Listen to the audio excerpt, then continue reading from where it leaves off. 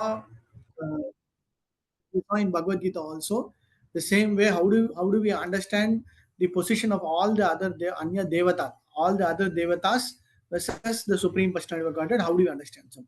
So in last time also I told you Avidi Purvakam. So they also worship the Lord, but in a different way, on a wrong way. That's all. So everything that that the material person wants or desires, it is actually fulfilled by the Lord, but through his bona fide persons. So the bona fide authorities or the devatas, they fulfill on behalf of the Supreme Lord. Okay. So all this is heard from undisturbed authorities who clearly explained it. What is that clear establishment?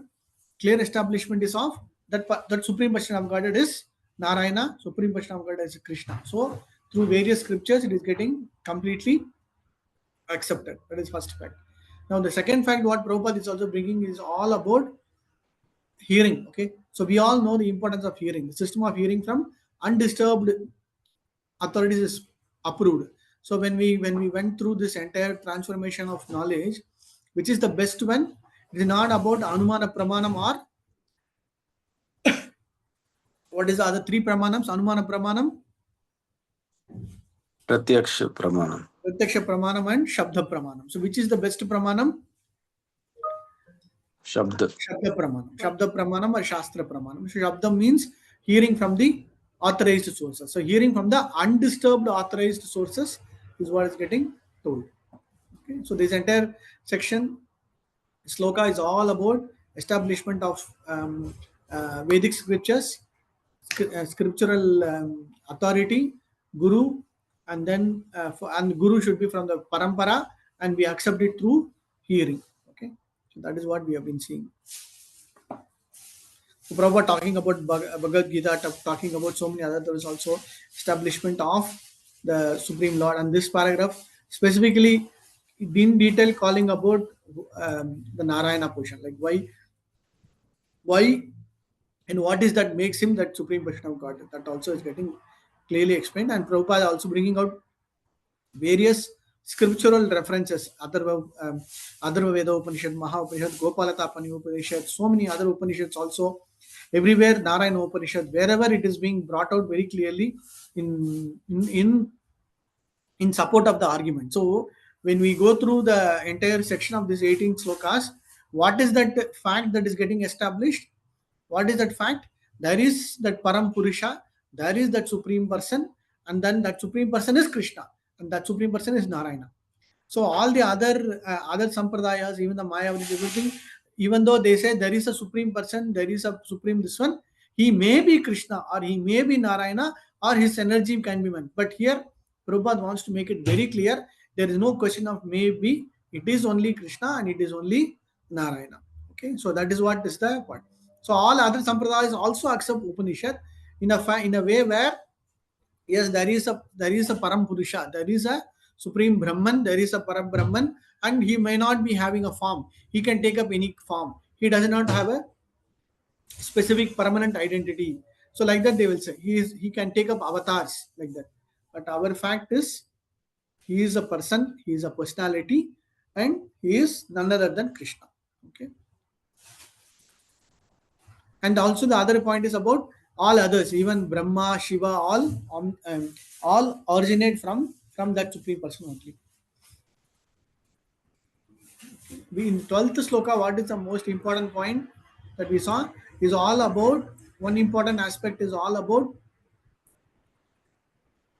understanding how do we worship the devatas, and in what is this knowledge state, and what is the worship of the impersonal Brahman or the impersonal stage. So somebody performing bhakti at the impersonal state will go to one level. Somebody performing bhakti at the devatas, they'll go to another. But what is the topmost is the next set of sloka, that is the 13th sloka. Even the devatas, even the impersonal Brahman is all originating from that Supreme Personality.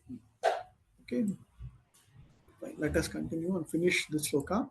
And from last 5 slokas or 4 slokas is all about that prayer, like how do I pray, or how do I understand so far that whatever my understanding is absolutely correct, let me go and start praying that personality.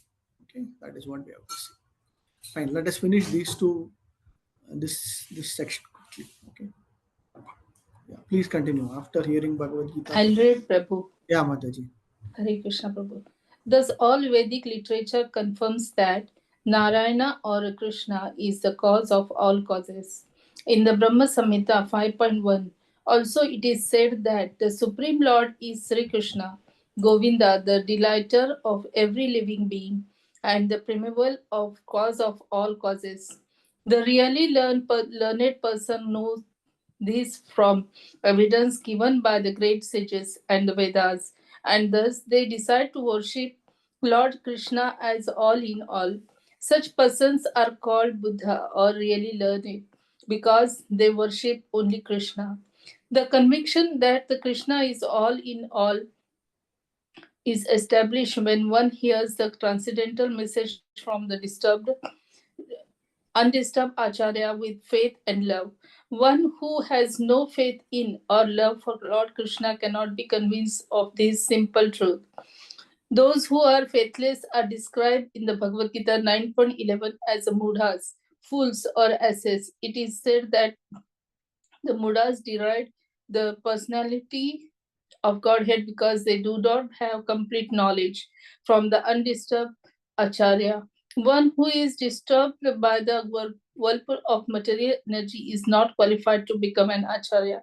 Before hearing the Bhagavad Gita, Arjuna was disturbed by the material whirlpool by his affection for his family, society, and community. Thus, Arjuna wanted to become a philanthropic, non-violent man of the world.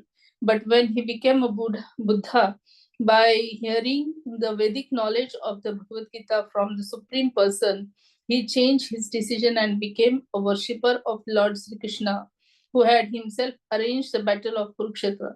Arjuna worshipped the Lord by fighting with his so-called relatives, and in this way he became a pure devotee of Lord. Such accomplishments are possible only when one worships the real Krishna and not some fabricated Krishna invented by foolish men who are without knowledge of intricacies of science of Krishna described in the Bhagavad Gita and Srimad Bhagavatam. According to Vedanta Sutra, Sambhuta is the source of birth and sustenance as well as the reservoir that remains after annihilation. Janmadya asya tataha.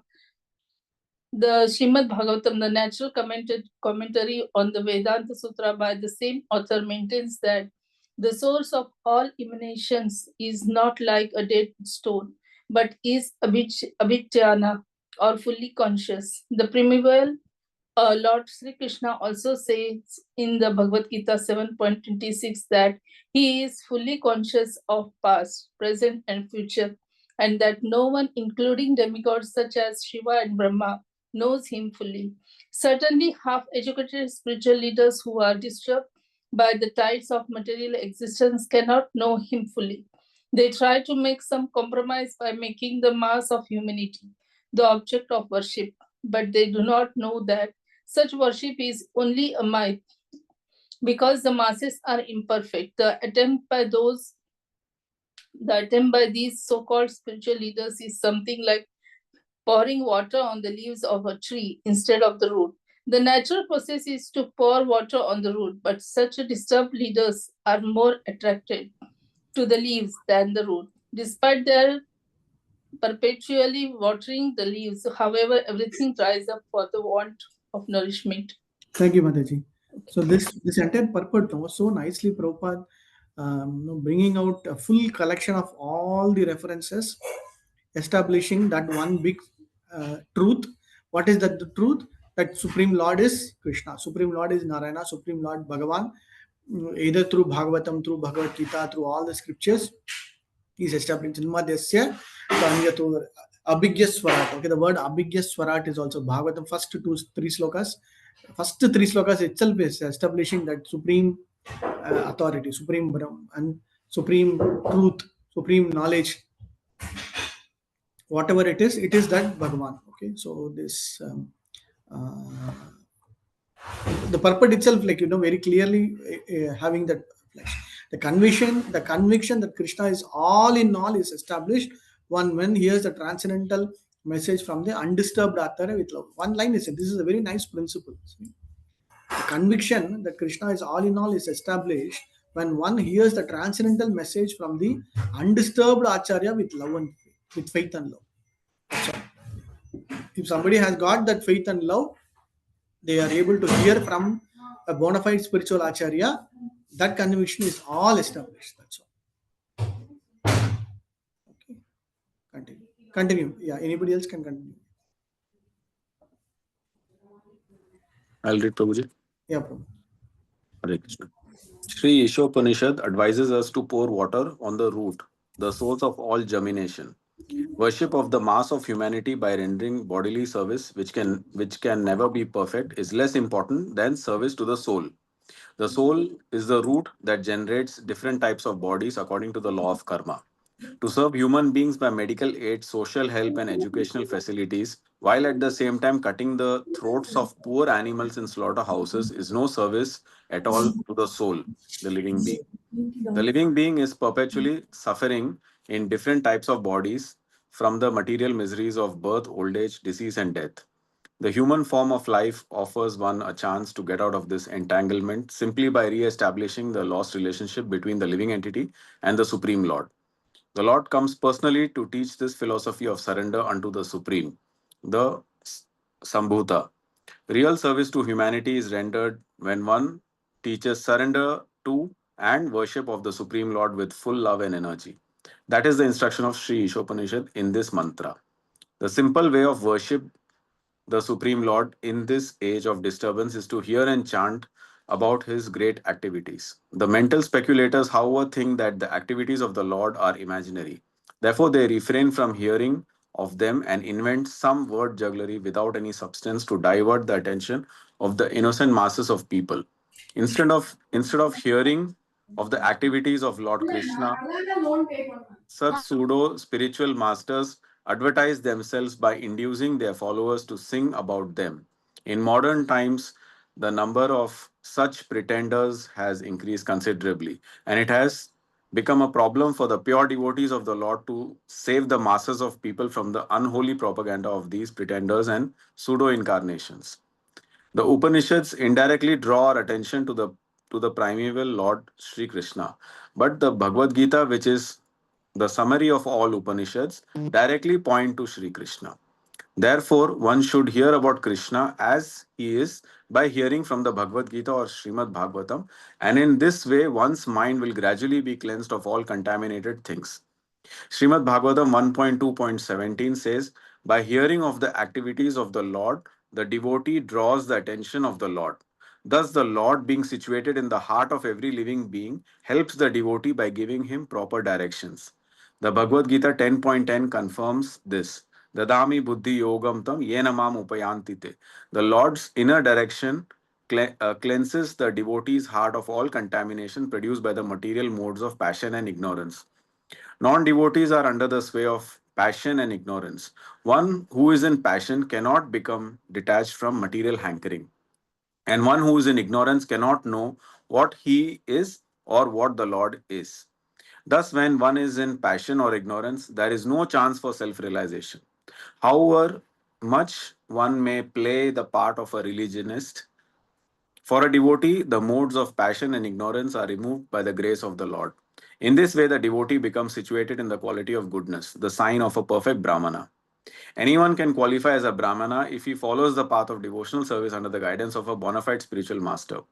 Srimad Bhagavatam 2.4.18 also says, Kirata Hunandhara Pulinda Pulkasha Abhi Abhira Abhira Sumbha Yavana Shadaya ये ने चे पाप याद अपाश्रयः शुद्धयन्ति तस्मै प्रभावश्ने नमः. Any low-born person can be purified by the guidance of a pure devotee of the Lord, for the Lord is extraordinarily powerful. When one attains Brahmanical qualifications, he becomes happy and enthusiastic to render devotional service to the Lord. Automatically, the signs of God is unveiled before him. By knowing the signs of God, one gradually becomes freed from material attachments, and one's doubtful mind becomes crystal clear by the grace of the Lord. One who attains this stage is a liberated soul and can see the Lord in every step of life. This is the perfection of Sambhava, as described in Sambhava. the mantra of Sri Isopanishad. Hare Krishna. Thank you. So Sambhava. Sambhava means what? Sambhava, the word Sambhava has got multiple meanings. Sambhava means realization. Sambhava means reflection. Sambhava means that will come to you by nature, right? Somebody was asking, there is one nice story today. Also, somebody sent me one story. Um, one Jagannath in Jagannath Puri, there was one panda, a brahmana, we can say a brahmana, and then suddenly the king. I mean, this is a story. It is uh, put in many. It's a folk story, but put in many different contexts. So suddenly the king will call the brahmana and say, how do have you seen the god? How do we see the god? And what is currently the Lord is doing? Like that, some 3-4 questions he will ask, right? And he will give 1 month time, like you have to prove, you have to show the garage present, something like that. So the brahmana will be, or the brahmana, or the panda will be like kind of confused. He will go, he will start thinking too much, and then he will not be able to answer. And finally, the last day will come, and then his son or daughter. Okay, in South India they will say it's a daughter, and in North and other places they will say his son. Don't worry, take me to the king. I will convey the, I mean, I will convey or convince the king. So like that they will go, and then immediately when that small child, either it's a daughter or a son, when they go to the palace, then the king will say, "Have you come back with the answer?" "Yes, I have come back with the answer. My daughter will answer." Immediately the king will be astonished. What is this? I asked you a very tough philosophical question, and then you have brought your daughter, and then immediately daughter will say, "I will answer a question, but first of all you should know what is how do you treat guest. I've come from a long way now, and you are not even treating me properly." Like that, immediately the king will be like kind of astonished. How come, at this young age this small girl is asking? So immediately he will ask, "What do you want?" "I want some milk, I want some nice sitting place." Immediately they will arrange to bring a nice sitting place, some asan, some chair or some throne, and then she will sit, and then immediately they'll bring her milk, and then she will just take the cup of milk and just see the milk, and then she will stare at the milk and say, "What is this milk?" And then she will just throw away the milk and say, "Hey, this, I thought the milk should have the butter in this. I thought the milk should have the ghee in this. I thought the milk should have paneer in this. I thought the milk should have that other. So there's nothing in this. So let me just throw it away." So she'll just throw it away, and the king will be like kind of shocked. "What is this?" And then the daughter will explain, "See, king, this milk does not have ghee. This milk does not have paneer. This does not have ghee, curd, etc." Then the king will laugh and say, "No, no, no. The same milk, if you do like this, you will get it ghee. If you will get curd. Then after curd, if you keep on keeping it, you'll get paneer also. Then you'll get ghee also." Like that, he will explain. Then the daughter will say the same thing only. The presence of the Lord cannot be seen just like that. You need to have a vision. You need to go through in detail. You have to go in depth, and the presence of the Lord can be accepted only if you go through sambhava. The sambhava means the realization will come only if it is, the journey is taken. Only you understood, and only you go through the entire knowledge portion. Right? So he is there. He is omnipresent, omnipotent. He is always there. But until unless the perfection of sambhava, the perfection of understanding the knowledge, perfection of getting that realization is there, you will never be able to realize the Lord. Okay. So that requires worship, that requires conviction, that requires faith. Then the realization will come, and then the reciprocation will come, reflection will come, and you will be able to have the darshan of the Lord. Right? So that is what our acharyas also continuously keep saying. Okay, so otherwise it will never be happening. So the entire knowledge, everything is focused towards that sambhava, that is focused towards worshipping that Isha, worshipping that supreme personality of Godhead, and that requires knowledge from Dhira. Dhira means here the undisturbed authorities. Okay. How? Iti Shushruma Dhiranam. First by constant hearing, then we will be able to get it. I think the purport is very clear, very straightforward, clearly mentioning about how do we realize the Lord in different aspects through different sources.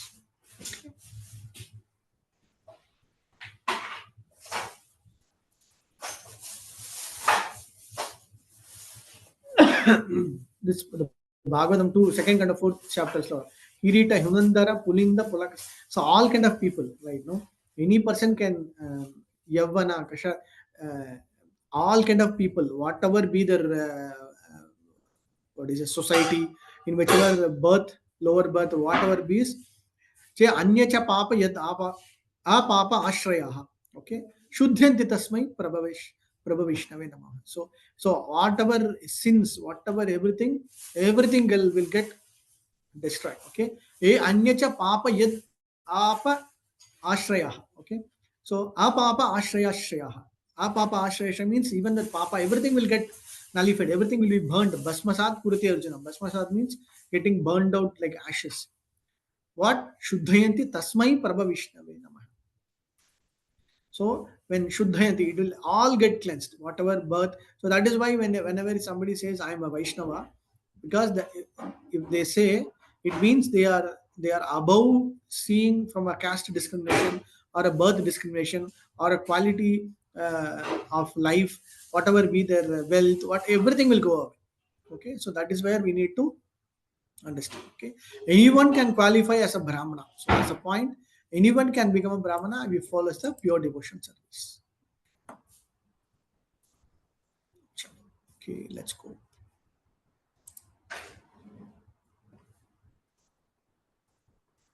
Okay, 14 also we can just go through that. The same thing.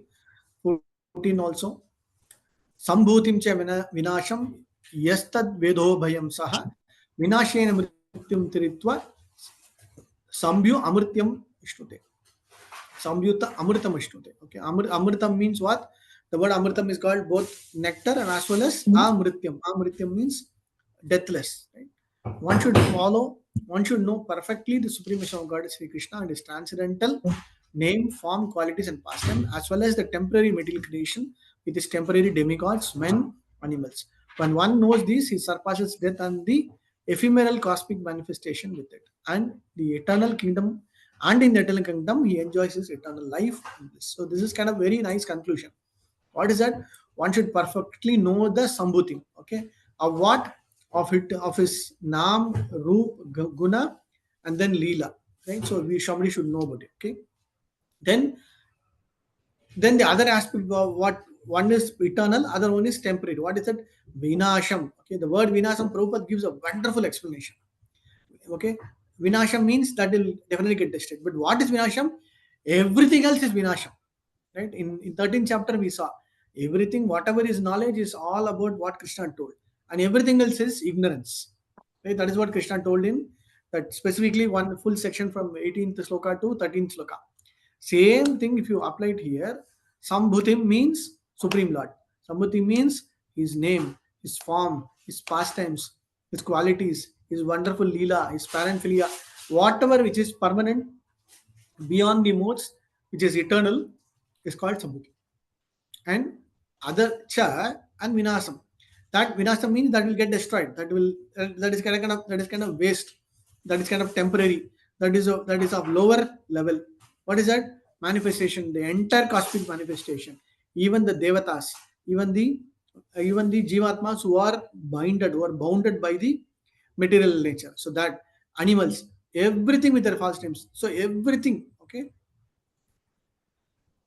everything will be this. But somebody who understands spiritual, understands marital, he will be able to overcome. He will be able to overcome the mrityu. He will be able to mrityu tirva. He will be able to come out of it, and then what he will do? He will be able to live peacefully. He will be able to live eternally. He will be able to um, worship that Supreme Lord in his Supreme Lord. Right? When we saw which sloka, very easy, direct sloka is what? Bhagavad Gita, which sloka? Sorry, Bhagavad Gita, which sloka? The same kind of a message is told in Bhagavad Gita by Krishna himself. Very famous sloka. What, Prabhuji? I didn't hear properly what you're saying. No, the Sorry. same message, I'm saying the same message is available in Bhagavad Gita as told by Krishna. Any sloka that you can, many slokas are there. One sloka that you can always come to remember is very famous sloka, Bhagavad Gita, 4th chapter.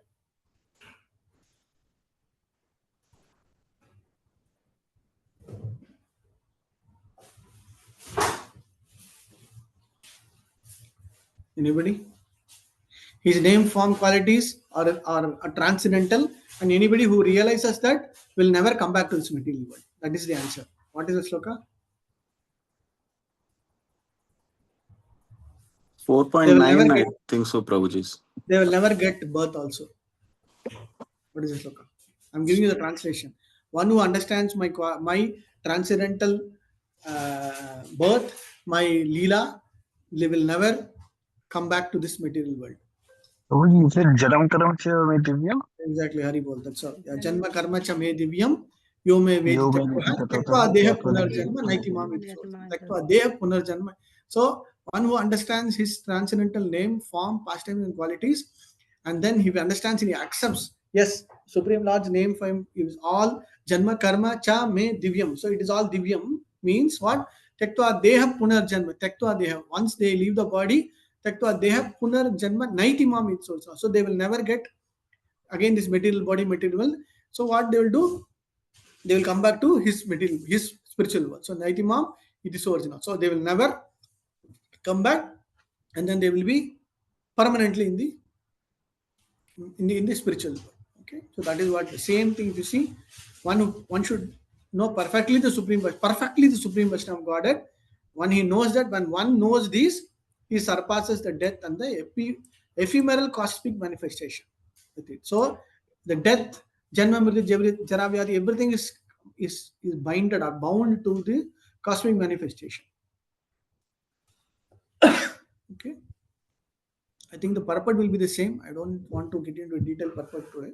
We'll get into the prayers part. So last section from 15, 16, 17, 18, 4 slokas, it is all about final conclusion. Understanding is already completed. Understanding is very clear. Knowledge is received. What I am supposed to do? All that I am supposed to do, prayers. Okay. If you go through this entire 18 slokas very nicely, similar to 18 chapters, these 18 slokas is in a way where gradually understanding who we are, understanding the Lord, I am understanding the Lord's status, understanding who's the Devatas, and then importance of knowledge, importance of Bhakti, and then conclusion. And after the conclusion is done, prayers. Okay. So very, very nicely summarized, put in a very specific context. So this entire 18 slokas is one set of Upanishad, the smallest chapter or smallest Upanishad you can say, because other Upanishads, Taittiriya Upanishad, Mundaka Upanishad, so many Upanishads are there. So those Upanishads are all having many multiple slokas, like 100 slokas, 200 slokas, 300 slokas, etc. But Ishopanishad is the smallest one, but most gem means what? Topmost. Okay, and this is taken from the some Yajurveda, right? So we took it from the Yajurveda. Yajurveda has got multiple thousand, 18,000 or 16,000. I don't remember the number of slokas. So many thousands and thousands of slokas, but this 18 slokas is kind of gemstone slokas. Hare Krishna, Prabhuji. Prabhuji, in the that book, there are some questions like for the exams, close-based questions. So many mantras are not included, Prabhuji. Like mantra 11 is there, then 12, 13, 14, there are no questions related to that. And 15, from mantra 15, there is one question, and 16, 17, 18, there is no questions. Yeah, that's okay. That's okay. So we are not here only to study the questions, Mataji. That's okay. Analogies are there, many, but... Yeah, that's okay, Mataji. So it is not important that only questions. Even in Bhagavad Gita, some of the chapters we didn't have that much of detailed questions. Okay. So this Isopanishad is more about knowledge, acceptance of it, and then taking reference of it. That's all. Okay, thank you. Okay. Let's quickly go to this 15th sloka. Hiranmayena patrena satyaha spitam mukham tatvam pushnan apavarno satya dharmaya drishyate. This is the one that sloka in yoga also. When you go to any yoga class in India, they read this sloka also. Hiranmayena patrena satyasyaha spitam mukam tatvam pushnam apavrinnu satya dharmaya drishyate. Yeah, you can read through this section very quickly. Okay, it is all nothing but prayers to the Supreme Lord. Okay, and in the prayers also there's a nice way. So I'm not able to see, I'm not qualified, so please allow me, allow me to see you. Even having the permission, having the qualification to have the darshan of the Lord also requires prayers, right? So this section is all about that revelation and then the prayer part. Okay, yeah, we can read, you can quickly read through the at least two slokas. We'll try to complete 2 3 slokas. Yeah. Please read the translation part. Hare Krishna Prabhu, I will read. Yes, ma'am. O my Lord, sustainer of all that lives, your real face is covered by your dazzling effulgence. Kindly remove that covering and exhibit yourself to your pure devotee. In the Bhagavad Gita 14.27, the Lord explains his personal race, Brahma Jyotir, the dazzling effulgence of his personal form in this way. Brahmano hi pratishtatam प्रतिस्थहम् अमृतस्य व्यायास्य च शाश्वतस्य च धर्मस्य सुखस्यैकान्तिकस्य च. I am the basis of the impersonal Brahman, which is immortal, imperishable, and eternal, and is the constitutional position of ultimate happiness. Brahman, Paramatma, and Bhagavan are the three aspects of the same absolute truth. Brahman is the aspect most easily perceived by the beginner. Paramatma, the supersoul, is realized by those who have further progressed. And Bhagavan realization is the ultimate realization of the absolute truth. This is confirmed in Bhagavad Gita 7.7, where Lord Krishna says that he is the ultimate concept of the absolute truth. Mattah parataram nanyat. Therefore, Krishna is the source of Brahma Jyotir as well as all the pervading Paramatma.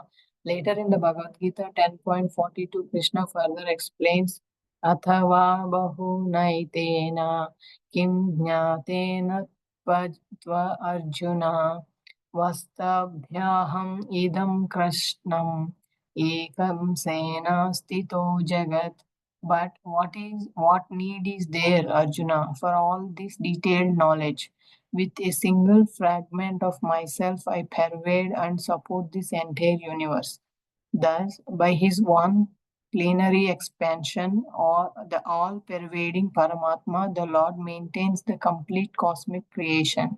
He also maintains all manifestations in the spiritual world. Therefore, in this Shruti mantra of Sri Isopanishad, the Lord is addressed as Pusan, the ultimate maintainer.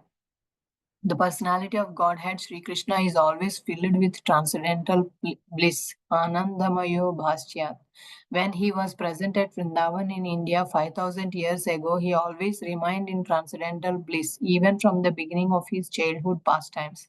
The killings of various demons such as Agha, Bakha, Putana and Pralamba were but pleasure excursions for him. In his village of Vrindavan, he enjoyed himself with his mother, brother, and friends, and when he played the role of a naughty butter thief, all his associates enjoyed celestial bliss by his stealing.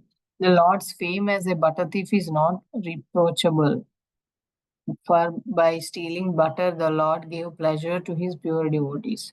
Everything the Lord did in Vrindavan was for the pleasure of his associates there. The Lord created these pastimes to attract the dry speculators and the acrobats of the so-called spiritual seekers to find the absolute truth.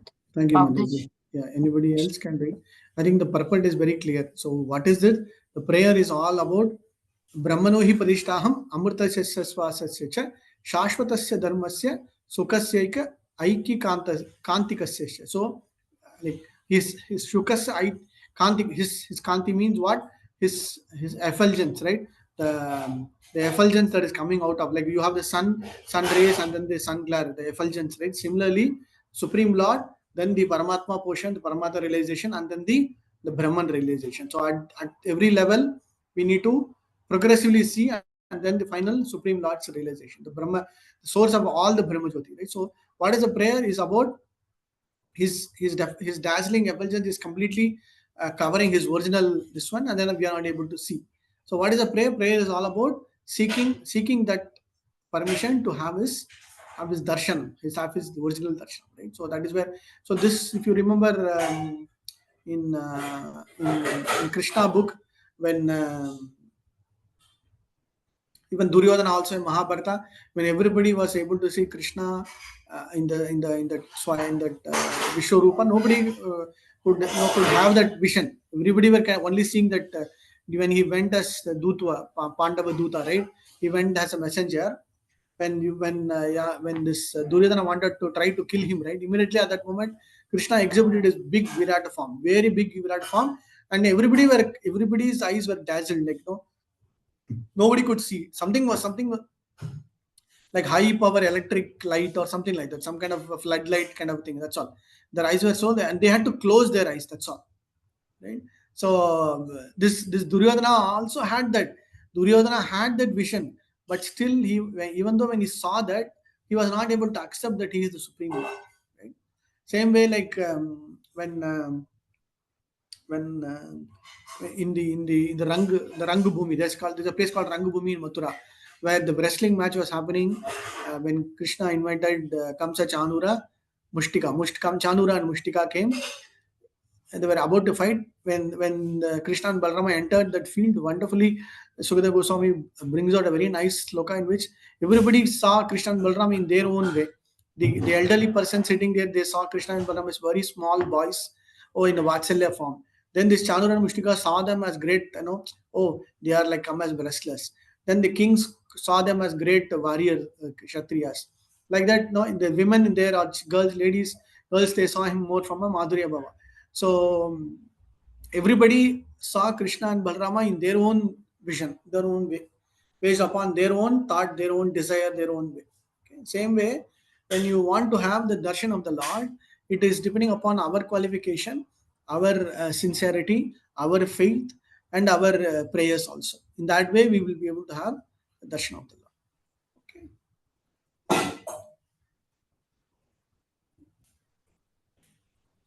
Yeah, continue. Anybody else? Yes, Prabhuji, I can read. Yes, bro.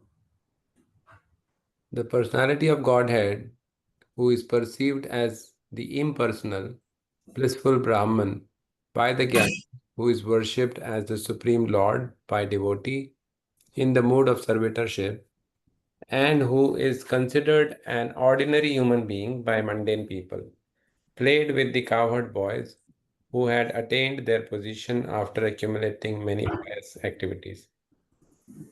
Thus, the Lord is always engaged in transcendental loving activities with his spiritual associates in various relationships of Santa, neutrality, Dasya, servitorship, Sakhya, friendship, Vatsalya, parental affection, and Madhurya, conjugal love.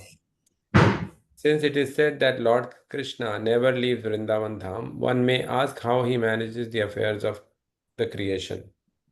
This is answered in Bhagavad Gita 13.14-18. The Lord pervades the entire material creation by his plenary part known as the Paramatma or the Supersoul.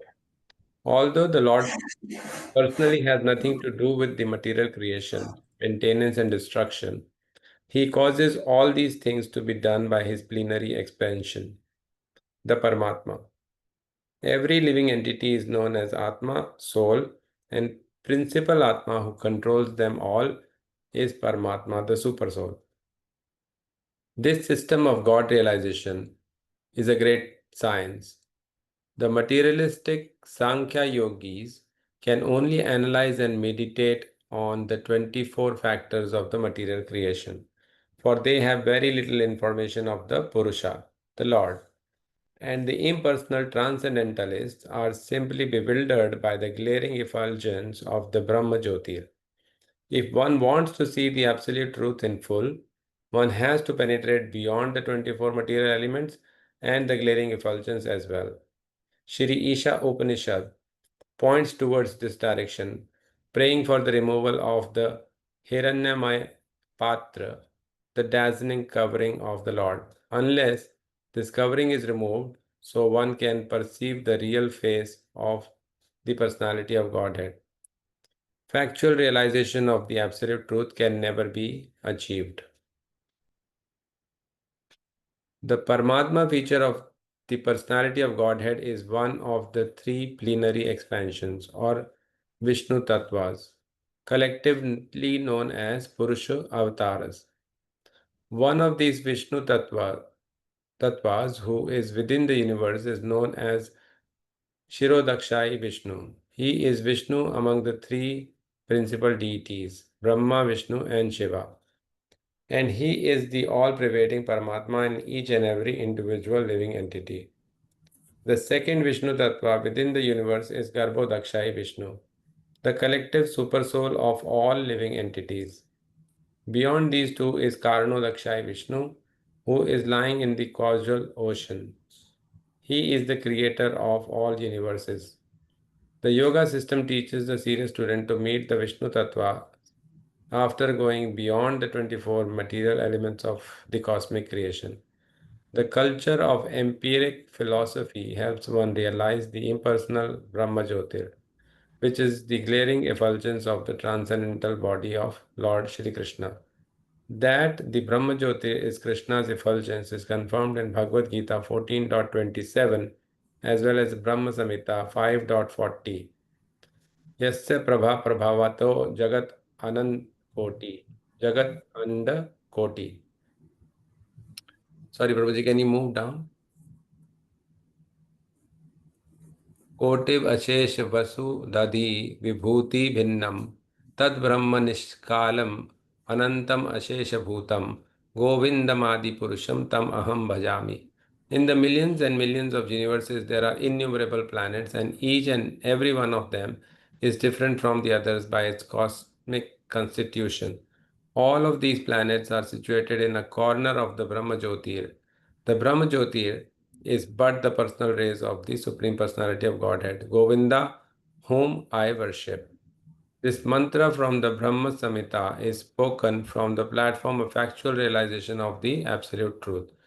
And the Shruti mantra of Sri Isha Upanishad under discussion confirms this mantra as a process of realization. The Isha Upanishad mantra is a simple prayer to the Lord to remove the Brahma Jyotir so that one can see his real face. The Brahma Jyotir effulgence is described in detail in several mantras of the Munduka Upanishad 2.2.10 to 12. Hiranyamaya par koshe virajam brahma nishkalam tak shup brahma jyotisam jyotis. Prabhuji, can I just go with the Yeah, translation? go with the translation. That's okay. In the spiritual realm, beyond the material covering, is the unlimited Brahman effulgence, which is free from material contamination. That effulgent white light is understood by transcendentalists to be the light of all lights. In that realm, there is no need of sunshine, moonshine, fire, or electricity for illumination. Indeed, whatever illumination appears in the material world is only a reflection of that supreme illumination. That Brahman is in the front and in back, in the north, south, east, and west, and also overhead and below. In other words, that supreme Brahman effulgence spreads throughout both the material and spiritual skies. Perfect knowledge means knowing Krishna as the root of this Brahman effulgence. This knowledge can be gained from such scriptures as Srimad Bhagavatam, which perfectly elaborates the science of Krishna. In Srimad Bhagavatam, the author Srila Vyasadeva has established that one will describe the supreme truth as Brahman, Paramatma, or Bhagwan, according to one's realization of him. Srila Vyasdev never states that the supreme truth is a jiva, an ordinary living entity. The living entity should never be considered the all powerful supreme truth. If he were the supreme, he would not need to pray to the Lord to remove his dazzling cover so that the living entity could see his real face. The conclusion is that one who has no knowledge of the potencies of the supreme truth will realize the impersonal Brahman. Similarly, when one realizes the material potencies of the Lord but has little or no information of the spiritual potencies, he attains Paramatma realization. Thus, both Brahman and Paramatma realization of the Absolute Truth are partial realizations. However, when one realizes the Supreme Personality of Godhead, Shri Krishna, in full potency after the removal of the Hiranyamaya Patra, one realizes Vasudevam Sarvam Iti, Lord Shri Krishna, who is known as Vasudeva, is everything, Brahman, Paramatma, and Bhagwan. He is Bhagavan, the root, and Brahman and Paramatma are his branches. In the Bhagavad Gita 6.46-47, there is a comparative analysis of three types of transcendentalists: the worshippers of the impersonal Brahman, Gyanis, the worshippers of the Paramatma feature, Yogis, and the devotees of Lord Shri Krishna, Bhaktas. It is stated there that the Gyanis, those who have cultivated Vedic knowledge, are better than the ordinary fruitive workers, that the yogis are still greater than the Gyanis, and that among all yogis, those who constantly serve the Lord with all their energies are the topmost. In summary, a philosopher is better than a laboring man, a mystic is superior to a philosopher, and of all the mystic yogis, he who follows Bhakti Yoga, constantly engaging in the service of the Lord, is the highest. Shri Isha Upanishad directs us towards this perfection. Thank you, Prabhu. Wonderful purport, right? Yeah. So don't go by the questions alone, because this last section of purport is so crystal clear. Why are we reading Bhagavad Gita? Why are we in Krishna consciousness? And what is that will take us to the next level? So this Prabhupada is so clearly crystal clear as something whatever you want to say. So he's making it very clear, and this para itself is sufficient. Like Bhagavad Gita has got that entire section of where are we? Are we in that in the karmi stage, or are we in the jnani state, or are we in the so-called mystic dhyana yogi state, or we are in the pursuing to become bhaktas? Right. So very clearly where we are, how do we want to proceed from our lowest state to the next state? So even lowest state also is okay, but still that will not take us to the perfect realization. So it will be still there. That's all. So Krishna, when he revealed himself to various personalities, if you read through Krishna book, if you read through the Krishna stories, Krishna tried to reveal himself to Mother Yashoda through that Brahmanda Leela. But Mother Yashoda was more satisfied in the Vatsalya Bhava. When Krishna realized that fruit seller also, he tried to show, but fruit seller was satisfied with whatever she wanted. And Krishna was wanted to have Lord Shiva came to have darshan. He was not. Then later he got darshan. Then Shani Bhagavan came, then he got this. He also couldn't get, right. So Narada Rishi came, he couldn't get. So all personalities came to meet Krishna, and in Lord Brahma, he was completely bewildered. He became completely bewildered. Indra multiple times he became bewildered, right? But still they are not able to assimilate. They're not able to contemplate how that supreme person is behaving. His activities are so like an ordinary personality. If you read through those, then you will realize that no, that supreme lord is so nice, so wonderful, and we are getting that opportunity, right? So one way, it is not bahunam janmanamante jnanavan mahavimsave. After many millions and millions of years, we got this opportunity. What is this opportunity? Opportunity to realize Krishna, opportunity to serve Krishna, opportunity to become the servant of Krishna through acharyas, through wonderful mercy of devotees, through our karma, through our whatever be it. So It is our bhagyavan. It is we are kind of fortunate, but we have to make utilization of that in a perfect state. Okay. So this next this section of this 12, 13, 14, 15, 16, 17, 18 purports are so nice purports. So my humble request, just don't go by this there's no specific questions. I'm just don't skim through the purports. Read through the purpose, because you will never I will give you guarantee, after this Bhakti Shastri, nobody will get into reading Isopanishad again. Okay. You might try to read Bhagavad Gita whenever there's a class or something, but Isopanishad, same nectar of instruction, nectar of devotion also. Again, the next thing that we are going to study is nectar of devotion, which is again pure devotion service, pure love, bhakti, pure prema. And then why Rupa Goswami is emphasizing, Prabhupada is giving that so much of importance for all of us, because it is not ordinary. It is not just normal. It is above first class, above higher this one. So that is why we take some time to read through this sections. Okay. So I think this sloka is also very clear. Here by Yana means that removing that entire effulgence portion, the coming of that portion, coming out of the Brahman realization, coming out of the Paramatma realization, and getting to the Bhagavan realization. Okay, the Vishnu Tattvas. Prabhupada is also making very nice systematic. This the rasas, we will get into that very clearly in Bhakti Rasamrita Sindhu, the primary rasas and secondary rasas. So Shanta rasas is at one level. Dasya will be both Shanta and it is like subset and then super subset, like a kind of increasingly one. So in Sakya Bhav, you will have a little bit of Dasya's nature and Shantaras nature.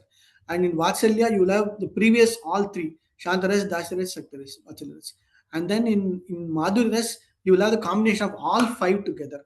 It is like 1 plus 1, 2 plus 1, then 3 will be 2, 1 plus 2 plus 3, and 4 will be 1 plus 2 plus 3, and 5 will be all the 5 together, 4 previous, everything together. Okay. I think as I mentioned earlier, I think Chaitanya Charitamrita Madhya Leela 19th and 20th chapter. 20th chapter, specifically last 20th chapter 125 or 124, I think, sloka. Very nicely, Rupa Goswami is getting the instructions from Chaitanya Mahaprabhu. So Chaitanya Mahaprabhu will give a detailed understanding, mentioning about what is this rasa and who is that predominantly displaying that rasa, and then how it gradually progresses from Shanta rasa to Dasya rasa to Shakya rasa to Vatsalya rasa to Madhurya rasa. So it is like a gradual progression. Okay, so I think that question also clear. Okay. Yeah, and okay, I wanted to ask you one more question. In which sloka Krishna is talking about in my about there is no electricity, there is no light, everything everything is emanating from him. In which sloka? Anybody remembers? Like for example, this Esya Prabha Parvado Jagadanta Koti Kosi, the same way in his Na Shashanka, na Pavaka. very good. Bhasete Suryo na Shashanko. Correct. So in that realm, there is no need of sunshine, moon, fire, electricity, or illumination. Natad Bhashete Suryo, Nasashanko na Pavakaha, Edgatva Nivartante, Tadhama Paramam Mama. Right? His place is Paramam, topmost, his place. Okay. Nice. Okay. Yamasurya Prajapatya Vyuha Rasim Samotejo Yatte Rupam Kalyan Tam Tatte Pashyami tu. So this is also a nice sloka. Maybe last 3 slokas we will finish it on Saturday. Is it okay? We'll stop here. And last 3 slokas, 16, 17, and 18, we'll go through the purpose quickly. If you read through the purpose very nicely, this is wonderful. Okay.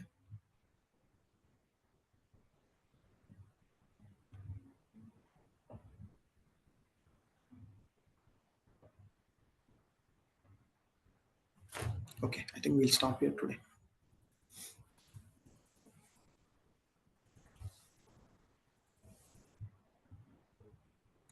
Hare Krishna. Maybe on Saturday we can go through the questions also and then complete the Isopanishad. And then try to finish the exams also.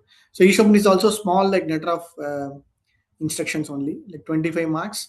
You don't have to write in detail. Okay, even the last exam, I think most of you scored very nice marks, but some of you, I think, got little confused on certain sections, certain analogy. Also, somebody wrote different analogy, different interpretations to the analogy. But I think most of the others, whomsoever got, I mean, they got very good marks. Okay, same way Isopanishad also 25 marks. Straightforward, some 10 to 15, 10 questions maximum, 10 to 12 questions will be there. Straightforward. So once we finish this, we will try to complete the question answers for Isopanishad also before we get into Bhakti Rasamrita Sindhu. Bhakti Rasamrita Sindhu is little big, vast subject, but we will not go into the vast subject portion of it. Focusing on what Prabhupada wants us to understand, there is a curriculum that we will follow. Within that curriculum, we will try to stick to it. Okay. So far clear? Any doubts, clarifications? Clear, Prabhuji. Hare Krishna, Srila Prabhupada ki jai, Anant Koti Jai. Vaishnava. Thank you, Prabhu. Hare Krishna. Hare Hare Krishna, Prabhuji. Thank you, Dhanavad Prabhu. Thank you, Hare Prabhu. Krishna. Dandavad pranam. Dandavad pranam. Hare Hare Krishna.